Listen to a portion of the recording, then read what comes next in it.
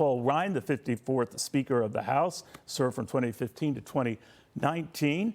He joins us right now. Mr. Speaker, good to see you. Good to see you, Neil. That was very well. Good. That was a little surprising, wasn't it, for the president not to even refer or mention this, particularly to a group like that? Should he have? I don't think so. I think he just wanted to make sure he wasn't meddling in Justice Department prosecution of his son. I mean, look, anybody who's filled out these forms, it's pretty obvious. It says if you lie, you're committing a felony on this form. Anybody who's bought a gun knows this. He did it. He lied. It was a pretty open and shut case. I think that juror number 10 kind of got it right, which was no one's above the law. This was an open and shut case. You know, your successor, Mike Johnson, the President Speaker of the House, was asked about whether there is a two-tier justice system on this. And this was from about an hour and a half ago. I want you to react to this. Speaker Johnson. Mr. Speaker, you've been saying two-tier system of justice for some time. Here's the president's son being convicted on 3 counts. Doesn't that undercut your claims? It doesn't. Every case is different, and clearly the evidence was overwhelming here. I don't think that's the case in the Trump trials. And all the charges that have been brought against him have been obviously brought for political purposes. Hunter Biden is a separate instance. Do you buy that? Yeah. Yeah, I think that was Manu Raju. I recognize his voice. He used to do the same thing to me in the hallway. Exactly. As that would walk through. Yeah, I do buy that. Now, look, there's a lot of Trump cases. This one here in New York, I think, was a bogus case. Alvin Bragg ran for office saying, I'm going to get Trump. Then he got it. He twisted a misdemeanor into a felony and got 34 felony convictions of it. If his name was Donald Cavuto, I bet these charges would not have been brought against him. Probably would have been more charges. Yeah, right. No, but I think the other cases are serious for Trump. I think the federal cases are much more serious and much more legitimate cases. I think this was a totally bogus case. So yeah, I think unequal justice was applied in that particular Trump case. As I mentioned, anybody who's bought a gun, you know, you fill out the form. That's just an open and shut case for Hunter Biden. So, but I do think this Bragg case was really, and I'm not a Trump fan, but I think he was totally victimized. But I think that was a completely bogus case. But let me ask you about, we are going to have the... That's lawfare. You know, it's progressive and justifies the means lawfare. I understand. But there is the novelty, the historic, unprecedented situation that we're going to have a former president who's a convicted criminal, and we're going to have a son of a president who's a convicted criminal. And I'm just wondering what you think of that. Yeah, I think if in a country with 350 million people, this is the choice we have. I, like the majority of Americans, wish we had a different choice than the one we're being presented with. I can't help but think Nikki Haley, the week she was dropping out, she was 16 points on Biden. She'd probably win this thing by 12 points and but she is now supporting Congress. Sure, Donald Trump. My point is, it's going to be a very, very close race. I think they're terrible choices that we're being presented with. And that's just the fate of, that's what the primary voters selected. And I regret the fact that that's where we are. All right. Now, I know a lot of these folks who also shared your same concerns about Donald Trump have sort of said, all right, we're rallying around Donald Trump. You had said, though, that would not be the case with you. You had said that he's a populist and an authoritarian narcissist, that character is too important to me, and it's a job that requires the kind of character he just doesn't have. That's pretty strong. Yeah, that's the way I feel. I agree with that. I don't support Biden either. I think his policies are terrible. I hate the fact that I feel like I had to write in a Republican like I did the last time in 2020. I voted for him in 2016, hoping that there was going to be a different kind of person in office. And I do think character is a really important issue. If you put yourself above the Constitution, as he has done. But what happened? I think that makes you unfit for office. Was the whole January 6th thing? That's a part of it. I think it's a contribution of factors, but I think it really is just character at the end of the day. And the fact that if you're willing to put yourself above the Constitution, an oath you swear when you take office, in federal office, whether it's president or a member of Congress, you swear an oath to the Constitution. And if you're willing to suborn it to yourself, I think that makes you unfit for office. Does it make you worry if he does get elected president that he'll attempt doing that? I think our institutions are pretty strong.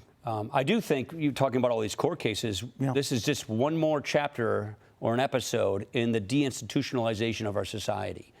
In this case, the judicial branch. I do think our institutions are strong enough to endure this. We have a separation of powers. We have 3 separate co-equal branches of government. We're chipping away at them, but they are still strong enough to withstand whatever is going to be thrown at it. January 6th is a good example. January 6th never had a chance of being successful because the institutions were too strong to have anything overturn that. So I don't think, given the legislative branch, the judicial branch, the executive branch, and the tension that they have, that we're gonna have anything disables our democracy. There's a lot of hyperbolic talk about that. I don't buy any of that talk. I think these institutions are strong. I just don't like the way he makes decisions. All right, well, he doesn't like you either. Yeah, When he heard your comments, he posted this on Truth Social last month. Rupert Murdoch should fire this pathetic rhino, Paul Ryan, from the board of Fox. He said that Ryan is a loser, always has been, always will be. He was the weakest and most incompetent Speaker of the House in its history. That's saying Fox something. will sink to the absolute bottom of the pack if Paul Ryan has anything to do with it. You do serve on our board of directors, so he's saying you shouldn't. Yeah. Look, I got death, taxes, and weird stuff from Donald Trump. These are the three certainties in my life. So to me, it's just another day in a life. Look, fealty to Trump is what rhino is, right? Meaning if you don't pledge fealty to this man, then you are a rhino. It used to mean a liberal Republican versus a conservative. I'm a conservative Republican. He's a populist. He's not a conservative. I want to see someone who has fidelity to principles. I would prefer a party that is based on principles, not personality or populism. This populism is untethered to principles, and that's why I'm an anti-establishment Republican. But you knew him early on, right, Speaker? Now but to be fair, Donald Trump said of you not too long ago, when you were going to be leaving, that Speaker Paul Ryan is a truly good man, and while he will not be seeking re-election, he will leave a legacy of achievement that nobody can question. We are with you, Paul. What happened? Look, I have no personal animus toward the man. I think he got railroaded in this New York case. I don't want to see him go to jail. I don't have any personal animus toward him. I just don't think he should be president. Why do you keep saying stuff like this? Why do what? Why do you keep saying stuff like this? Because it rattles him. It gets him to say this stuff. Because people like you ask me what I tell you the truth. I don't have any political ambition in front of me. I'm not looking for anything. I'm just answering the questions truthfully, which is, what am I going to do when I vote for president? I'm going to write some conservative Republican who's in office. I haven't selected the person yet, but I don't know who it will be. Okay, but I just wonder about that because, as I said, many of your colleagues, many of the people you respect, like the former Attorney General Bill Barr, who also shared your concerns about Donald Trump and his temperament. When I spoke with him, Speaker, he was just resigned to the fact that he's the guy, he's better than the guy presently in there. This is from Bill Barr. I think Biden should be anywhere near the Oval Office. That's the fact. Everyone wants to discuss it in absolute terms and focus on the pros and cons of an individual. Fine, we can discuss the pros and cons of each individual. But at the end of the day, this is a question of comparison. It's a question of a choice, a binary choice. And I don't think either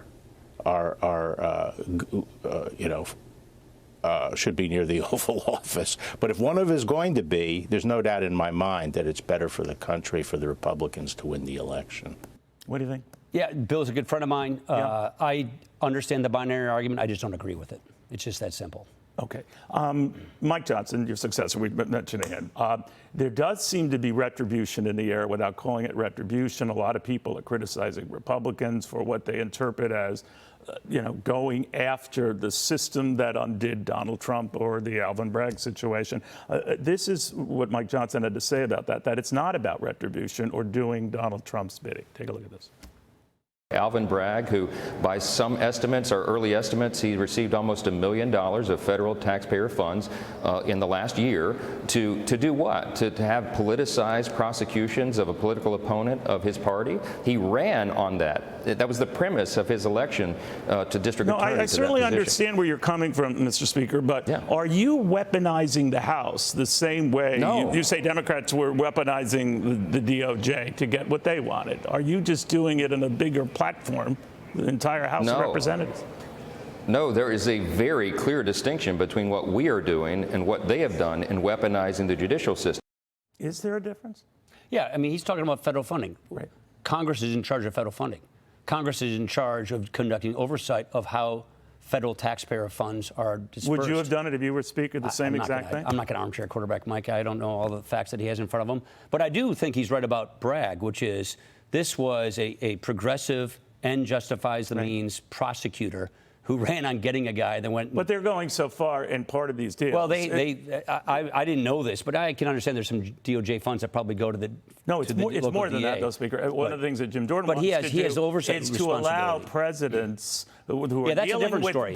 well, I understand, Yeah. but who are dealing with burdensome state cases, make them federal cases, so the president has some control. Do you I haven't buy given that? Do enough you thought support to that particular policy to give you a coherent answer on that. But what Mike is basically saying is I will always defend the House's right to conduct oversight over another branch of government. That is healthy. The tension that you have between three separate co-equal branches of government is important tension so that one doesn't abuse their power. And the power of the purse and the power of oversight is a power that Congress has and needs to maintain. And basically, if Democrats cannot like it, but Republicans don't like it when the Democrats have Congress, and they do it to us as well. But the point is, the legislative branch has well within its rights the ability to conduct oversight over another branch of government. Do you think you could survive in the House in this environment right now? It's sort of like whack-a-mole with speakers right now. Now you've got Kevin McCarthy. He's trying to make sure Nancy Mace isn't renominated as the Republican candidate for South Carolina congressional seat. He's pouring it into her opponents. In other words, he's advocating primarying her. Yeah, well, I think Mike Johnson's doing a great job. I think Mike Johnson learned the key lesson early, which is if you really want to be good at that job, Speaker of the House, you got to be willing to lose the job. And Mike did that. He put his job on the line to get things done, like getting money to Ukraine, to Israel, to Taiwan, and passing that supplemental, knowing that Marjorie Taylor Greene was going to do this. Now, McCarthy, you mentioned, when you have a one-seat margin and anybody can blow the place up for self-aggrandizement, for fame or later fortune, as these nihilists have done, and Nancy Mace is one of these people, you got to change the place.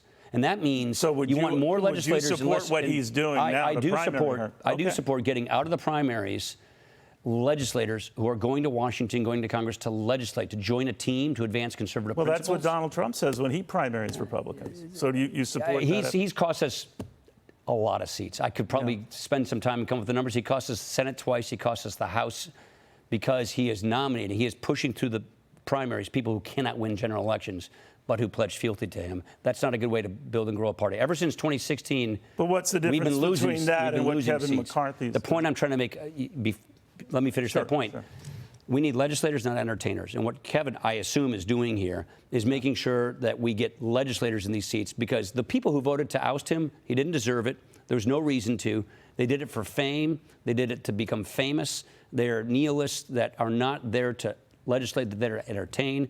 So the more we can replace an entertainer with a legislator who wants to actually get things done, the healthier Congress as an institution is going to be, the stronger the Republican majority will be. Are you disappointed, though, how Republicans have handled the House, albeit with the slimmest of majorities? It's hard to, I mean, I had like a 20-vote margin. Right. So it really is basically saying these guys could do a better job with both hands tied behind their back when I had both hands in front of me. So I'm very impressed with how Mike Johnson has handled the House recently.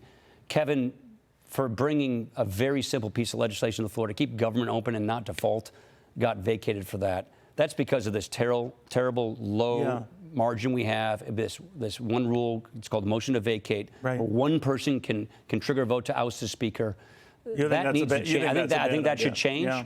It makes the place ungovernable, unworkable. And then when you have entertainers versus legislators in Congress, this is the kind of outcome you're going to have. So I do think it's better to get out of primaries people who are serious people who are there to actually legislate and advance principles than advance their own personal careers.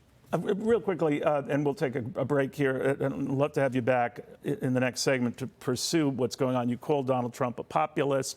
Well, something's in the air because a lot of populists are picking up, and there is this anti-incumbent fever gripping the world, and he is just part of that. So I want to get your take on that, how far this goes. What do you think you'll see in a Trump administration? A lot more. You're going to stick around? All right. All right. Very good. Hey, Sean Hannity here. Hey, click here to subscribe to Fox News YouTube page and catch our hottest interviews and most compelling analysis. You will not get it anywhere else.